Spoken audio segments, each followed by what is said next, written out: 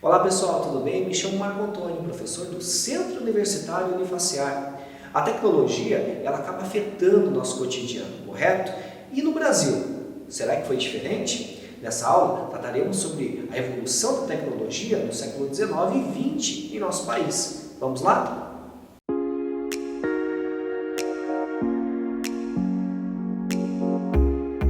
E aí pessoal, tudo bem com vocês? Tudo bacana? Bem, me chamo Marco Antônio, sou professor do Centro Universitário Unifaciar, isso aí.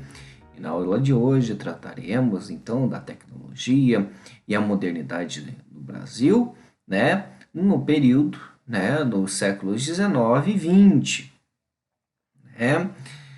Para isso, né, nós traçamos como objetivo da aula estudar a sociedade, as organizações na sociedade pós-moderna, né? Analisar as questões organizacionais, né, na nossa sociedade e compreender o conceito de modernidade líquida, né, de Zygmunt Bauman. Beleza? Tá. Isso, né, pessoal, para a gente poder, né, entender e compreender um pouco como se dá esse processo de modernização dentro, né, do nosso país, né, dentro do Brasil, tá bom? Então, vou iniciar tratando disso e ao final da aula nós trataremos um pouco sobre essa questão, né, de entendimento, né, da tecnologia, né, do avanço tecnológico na nossa sociedade, né, na nossa sociedade brasileira nos séculos 19 e 20, tá bom? Então, né, nas últimas décadas do século XX, muitos autores sobre perspectivas diferentes, né, estudaram as transformações econômicas, políticas, culturais, sociais e tecnológicas e identificaram nela, então, um rompimento com os padrões da sociedade, então, industrial. Tá bom? Quando a gente vai falar disso, nós temos que pensar que nós temos, então, posições privilegiadas, né? Como fonte de valor e de poder, né? Nós estamos falando, então, da tecnização, da informatização e da globalização, né? São fatores cruciais dentro da nossa sociedade, né? Então, nós temos que pensar o seguinte, né? Quando nós falamos disso em Brasil, em questão de Brasil, a partir da década de 1850, né? O Brasil então vive a euforia do progresso, né? E isso, né, representa o espírito do tempo e acaba tornando, né, um ponto de referência para o mundo ocidental do período, né? É, essa questão do progresso que vem se desenvolvendo não só aqui no Brasil, né, mas isso no mundo inteiro. É claro, o Brasil ele vai pegar essa rebarba, especialmente em grandes cidades como o Rio de Janeiro, com a chegada da iluminação, o gás, a estrada de ferro, a canalização do rio, né? Qual o rio? O Rio Maracanã, né? O calçamento das ruas e outras melhorias, né? Que vão buscar a europeização, né, do Brasil, né? Depois dessa década, a cidade parece então entrar num ritmo mais acelerado, né? Então as ideias circulam, né, cada vez mais rápido devido às mudanças, né, que começavam a ser implantadas, especialmente, né, os meios de comunicação. A história intelectual do país, né, é um tecido de vicissitudes de importação de ideias, segundo, né, Holanda, né, segundo o pai de Chico Buarque, né, busca adequação das novas doutrinas às condições brasileiras. Então, né, nada chegou aqui sem passar por uma adaptação que foi não só uma forma de resistência, absorção pura das doutrinas europeias, mas também um dos grandes problemas a serem enfrentados por aqueles que, naquele momento, acreditavam então no progresso. Quando a gente vai falar na passagem do século XIX para o XX, entendemos então essa questão dessa sociedade pós-moderna, nós temos que pensar também nesse ideal de progresso que vem associado a essas inovações, né? Então, o sistema político brasileiro ele também se adequa, ele também se desenvolve, né? Então, deixa-se o velho para trás, que é o regime imperial, né? O Brasil Império, e aí você implanta, então, o Brasil republicano, você implanta um novo sistema, né, no Brasil, o Brasil República, de acordo com Neves, né, e Durazzi, pelo menos duas categorias, né, despontam, né, com nitidez, contrapondo o Brasil Colônia e o Brasil República, né? Então, quando a gente vai falar um pouquinho do Brasil República, a gente tem que pensar que o novo, né, governo, né, ele esmera-se na sua articulação com a ideia de progresso e de ordem.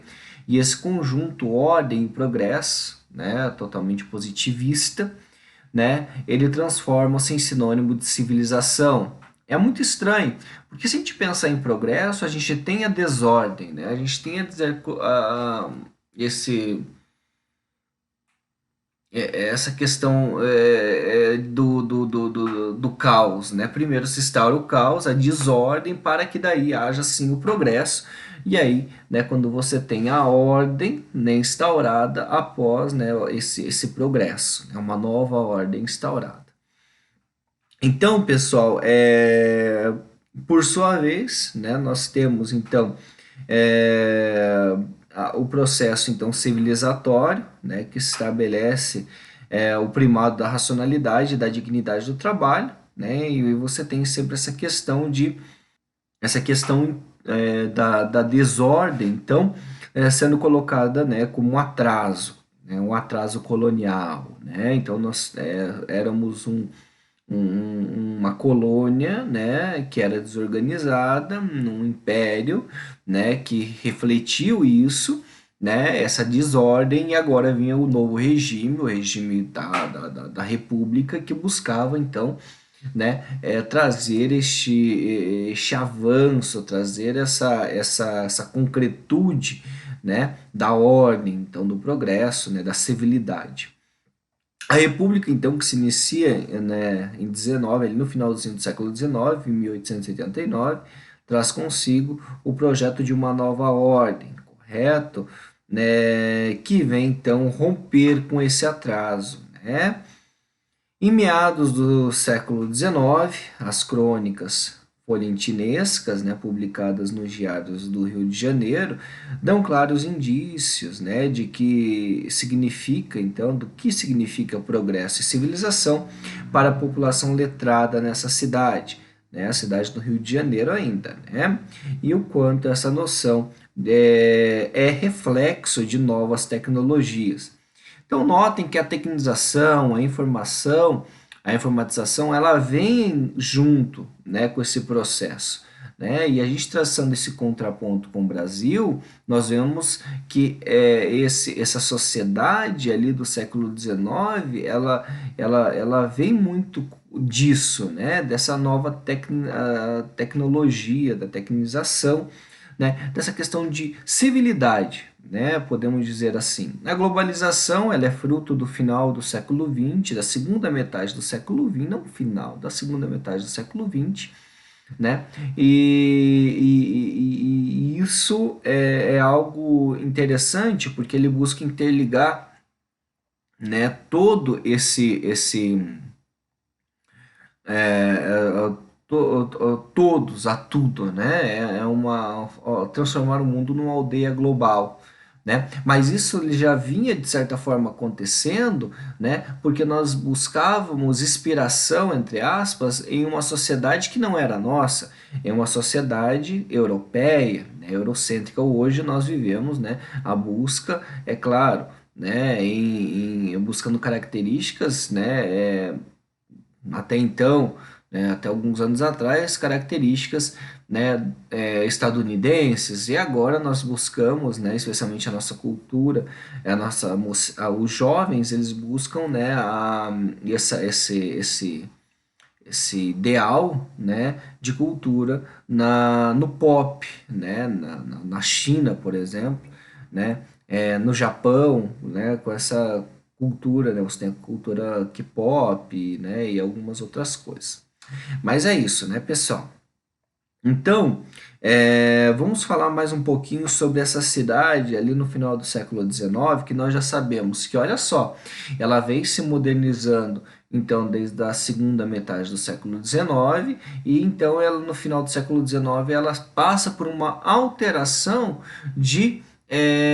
do que nós podemos falar então de centro de poder, um centro político, correto? Né? Uma mudança política, né? E aí, vamos falar mais um pouquinho sobre quando a gente vai pensar, por exemplo, nessa sociedade da informática, né? Que ela vem se desenvolvendo, então, no século XX, né? Mas, quando nós vamos falar, né, do Brasil, então, do século XIX, pensamos, então, nessa questão da novidade, da tecnologia, nós já falamos, por exemplo, nas melhorias materiais, né, como o gás, as passagens cobertas, né, os parques e jardins, né, a vida noturna intensa, os transportes, a rua de calçadas, os esgotos em construção, os imensos baluartes. Então predominava um ideal de modernidade associado à tecnologia crescente, né, e ao melhoramento, né, material dela, né, decorrendo. Isso, né, quando nós pensamos nisso, eu me recordo agora de um periódico de Paula Brito, né, A Marmota da Corte, esse publicado ali na primeira metade ainda do século XIX, que ele traz a carta de um leitor que aponta as diferenças entre Rio de Janeiro e as capitais da Europa, né? Aqui predominava o calçamento ruim, negros seminus, né? Força policial e repartições públicas com funcionamento sem educação. Resume essa missivista, né? Os brasileiros que tinham o privilégio de deixar o país eram verdadeiros intelectuais. Notem, quem permanece aqui eram bárbaros, né? Eram pessoas sem educação, sem civilidade nenhuma. Né? Então, essa nova forma de ver o mundo se expandiu a partir da Revolução Industrial, momento em que as máquinas se tornaram elementos chaves para a estruturação e construção de noção, né, de progresso e de civilização entre nós. A fábrica passou a ser local efetivo, né, de concretização de potencialidade criadora do trabalho, que se tornou ilimitada, né, através da maquinaria, né? Então não era um lugar privilegiado de relações entre trabalhadores, onde o redimensionamento, né, de sua própria relação entre o processo de lugar e o lugar desse teriam então de agir. Quando a gente vai pensar, então, olhem só, enquanto no mundo, o mundo ele já vem passando por um processo da segunda revolução industrial, né, o Brasil ele está ali, ele está tateando, ele está começando também esse processo. O Brasil é um país aristocrata, oligárquico, né, inclusive tem, quando nós falamos do final do século XIX e parte do XX até 1930, nós temos uma oligarquia que domina o Brasil, né, inclusive politicamente, né, através da política do café com leite, através, né, dessa constante interferência do Estado, né, para que essa aristocracia, né, para que essa oligarquia, né, cafeeira, ela se mantenha então no poder. Tá bom? Mas daí nós temos a ascensão do que? Da fábrica. Né? A fábrica ela, foi implantada no Brasil, nós temos o movimento operário em 1915, né? Nós temos ali movimentos de luta, né? Nós temos a,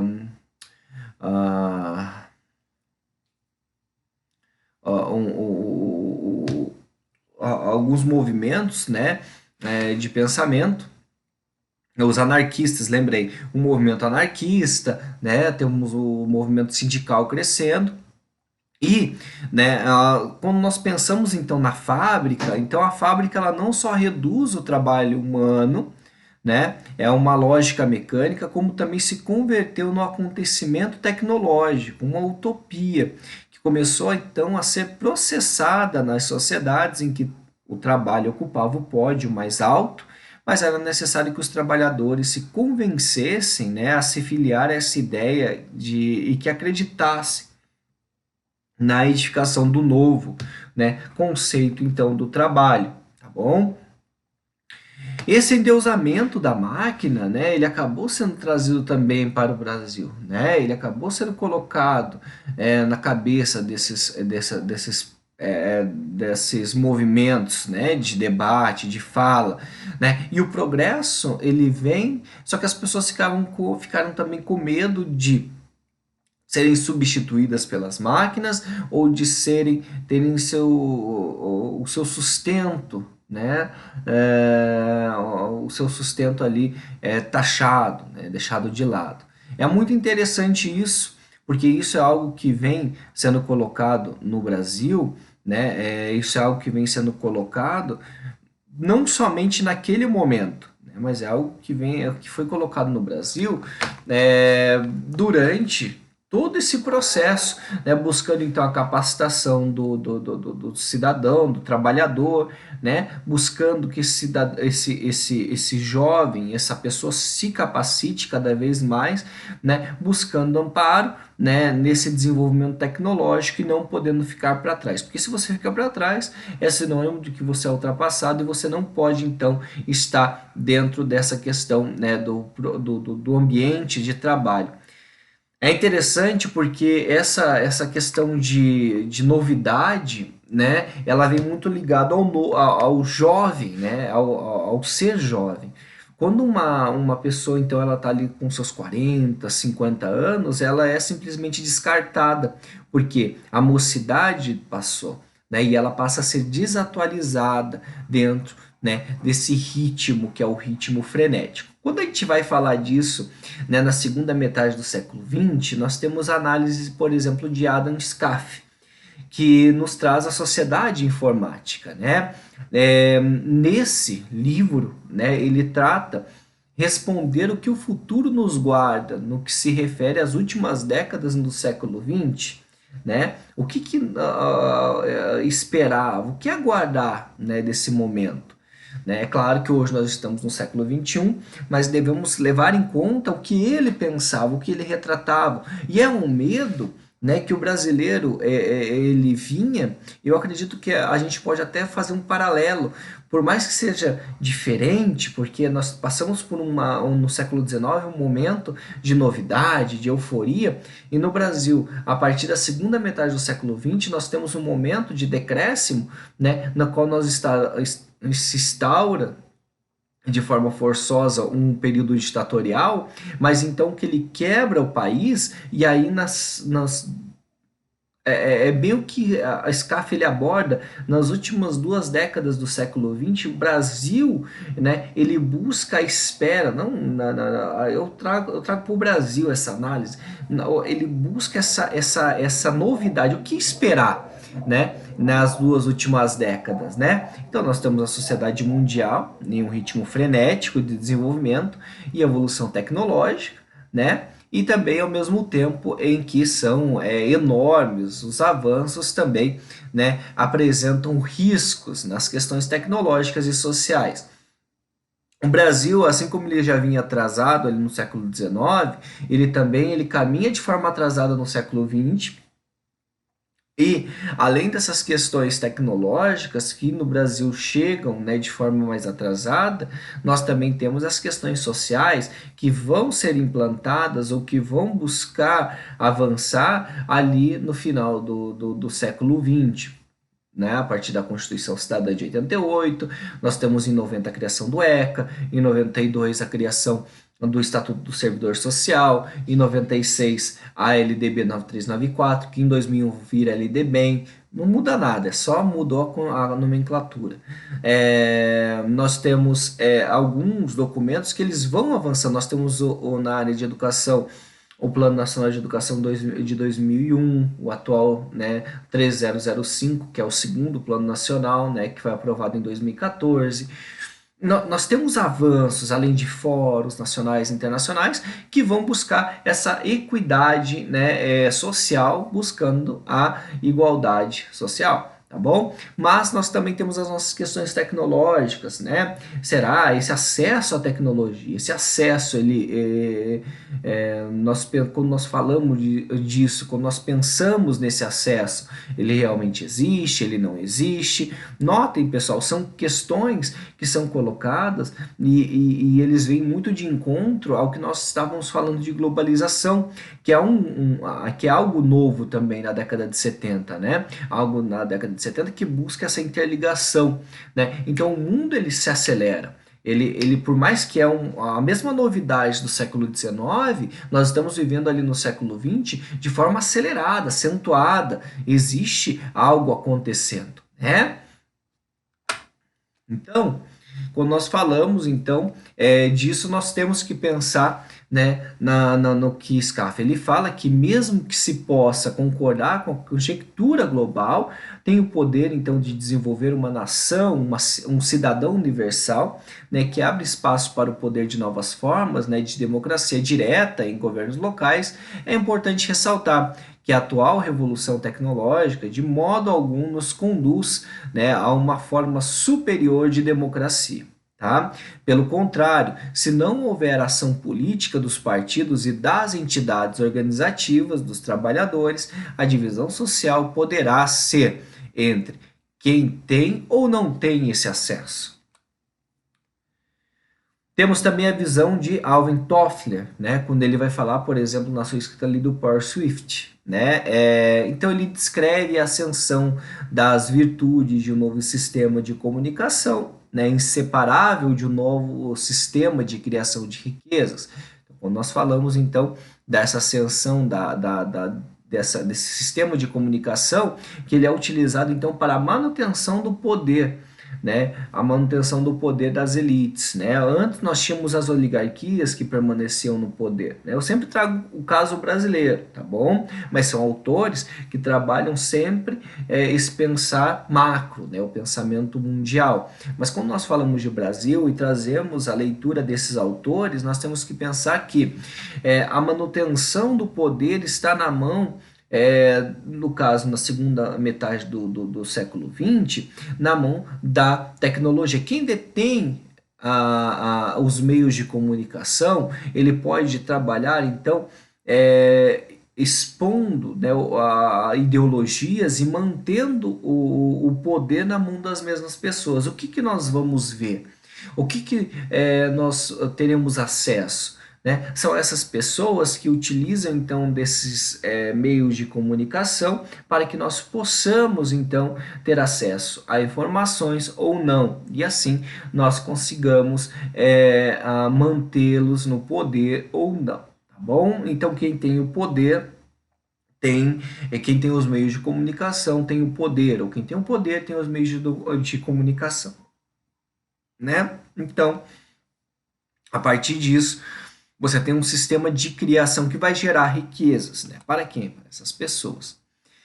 Então a gente tem que pensar no sistema educacional como um sistema de comunicação, né?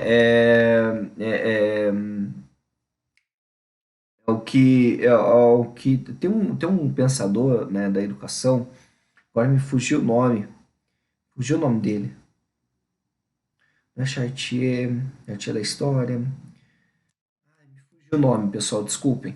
Tem um pensador, né, e ele traz essa questão, né, que ele fala que a escola é utilizada como um aparelho, uma ferramenta de difusão tecnológica, difusão ideológica, né, para a manutenção do poder.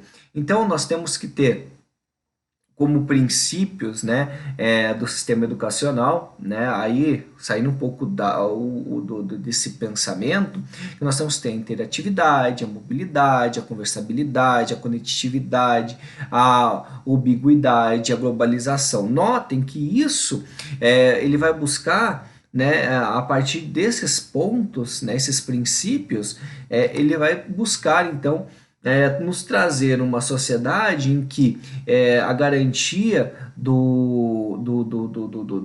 da dominação, né, através dos meios de comunicação se perpetue, não é verdade?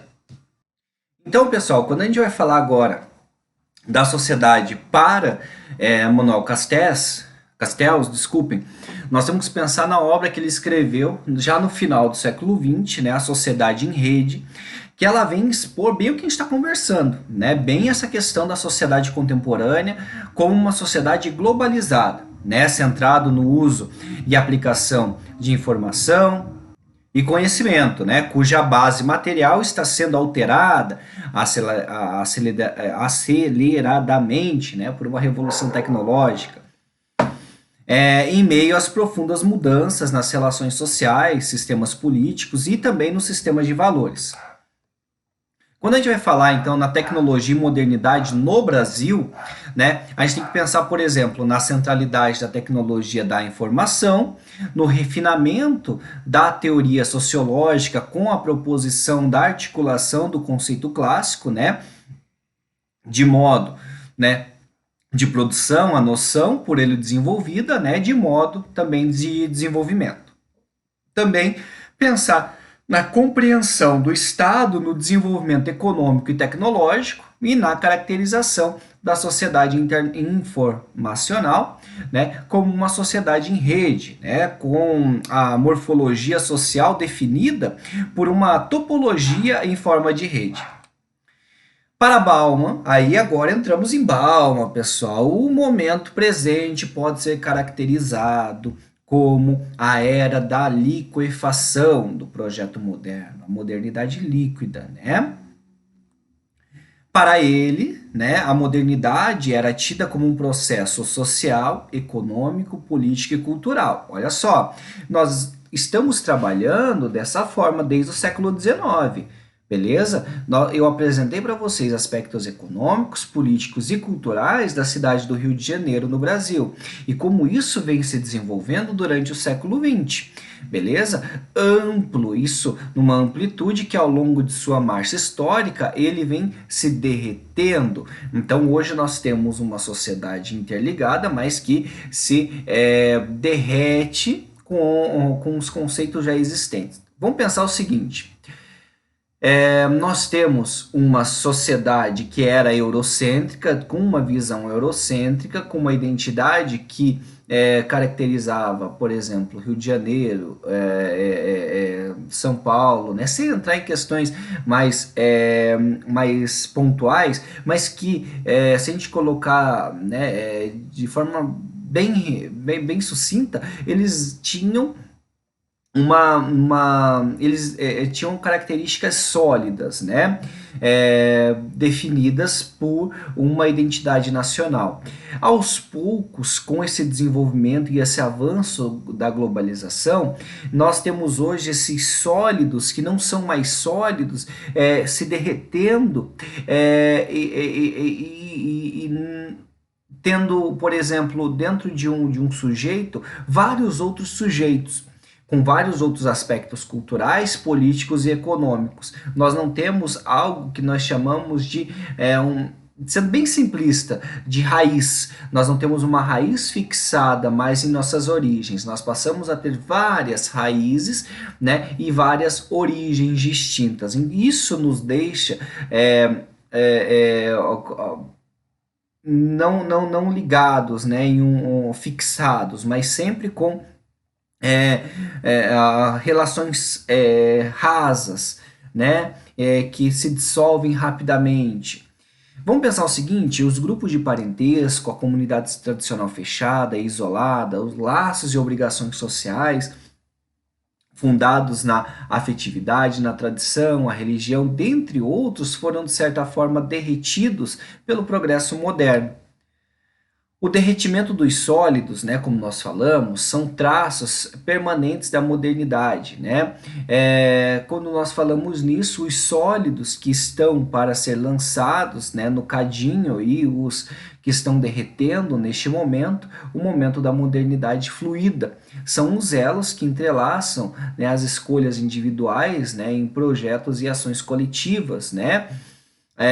Também os padrões né, de comunicação e coordenação entre as políticas de vida conduzidas individualmente de um lado e as ações políticas de coletividades humanas de outro.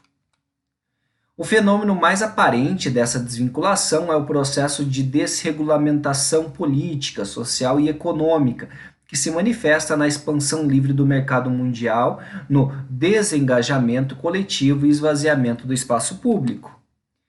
Chega-se a entender, né, no entender de Bauman, né, a era da comparabilidade universal, onde os indivíduos não possuem mais lugares pré-estabelecidos no mundo, onde poderiam se situar, né, mas devem lutar livremente por por sua própria conta e risco para se inserir numa sociedade cada vez mais seletiva, econômica e socialmente.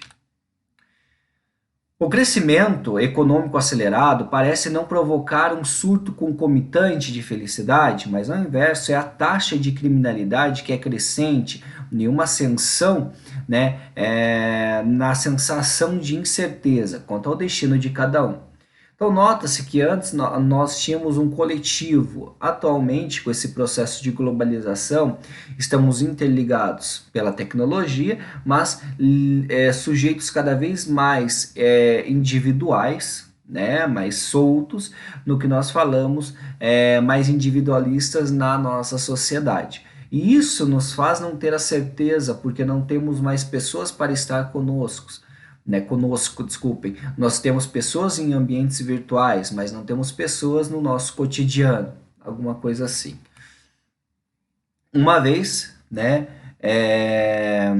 que os bens capazes de tornar a vida, né, mais feliz começam a se afastar dos domínios, então, não monetários, né, para o mercado, né, então,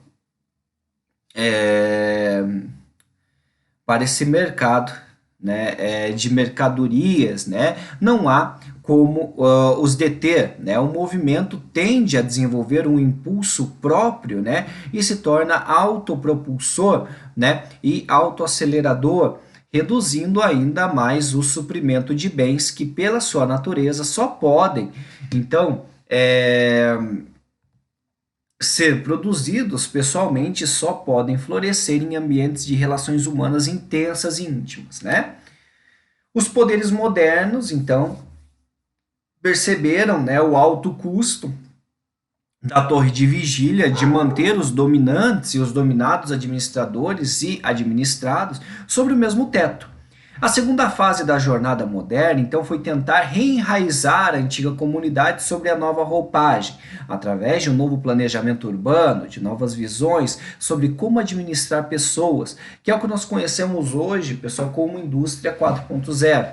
Né? Hoje nós estamos aí na quarta revolução industrial e temos esse pensar de gestão, né, da indústria 4.0. Mas isso é outra coisa. A modernidade, então, torna-se, então, uma engenharia social. O poder moderno baseia-se na capacidade de controlar, de gerenciar as pessoas, né?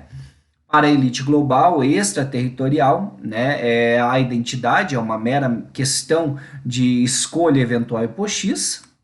Na política, né, vida que envolve a luta pela identidade, autocriação e autoafirmação são os cacifes, e a liberdade de escolha é ao mesmo tempo a principal arma, né, e o prêmio mais desejado. A discussão sobre o que vem a ser a sociedade da informação deve ser precedida, né, de duas outras discussões. Na primeira, destaca-se a organização e a publicação da obra, né, que a gente fala que temos a enciclopédia de Diderot, provavelmente relativa iniciativa para sistematizar a produção do saber, na época, né, e considerada por Drucker, Apud-Malin e Marcondes como um marco na tentativa de libertar o homem dos limites impostos pela ignorância, pelo não acesso ao saber. E a segunda discussão contempla a problemática da segmentação da economia, que nos estudos realizados por Clark, em 1940, é apresentada em três setores: o primário, o secundário e o terciário. Entretanto, a expansão econômica foi paulatinamente transferindo as atividades produtivas de um setor para o outro, tornando o setor terciário inchado, né, uma caixa de outros, né, difícil de expressar processos específicos que ocorrem em seu interior. Conclui-se então que o que fica evidente é que o usuário da informação precisa conhecer de perto esse percurso histórico, que lhe exige uma postura passando as condições de tomador de decisões e de gestor de suas atividades, né? Então isso é preciso para que isso aconteça, que tenha clareza das suas intenções, dos seus objetivos e que saiba gerir suas necessidades diante das informações que lhes são acessíveis e estão disponíveis. É isso aí, pessoal. Espero que tenham gostado da nossa aula. E é isso aí, pessoal. Espero que vocês tenham gostado da nossa aula, né? Agora eu peço, por favor, que vocês deem uma olhada, né, no nosso texto base, porque a nossa aula é baseada no nosso texto base. E se você quiser aprender um pouquinho mais, dê uma olhadinha lá na leitura complementar que eu deixei na indicação, né, de um capítulo de livro, que isso vai ajudar muito vocês lá para frente. Também não esqueçam de dar uma olhadinha lá nos questionários, tá? Porque esse questionário vale nota. Beleza? Até a próxima!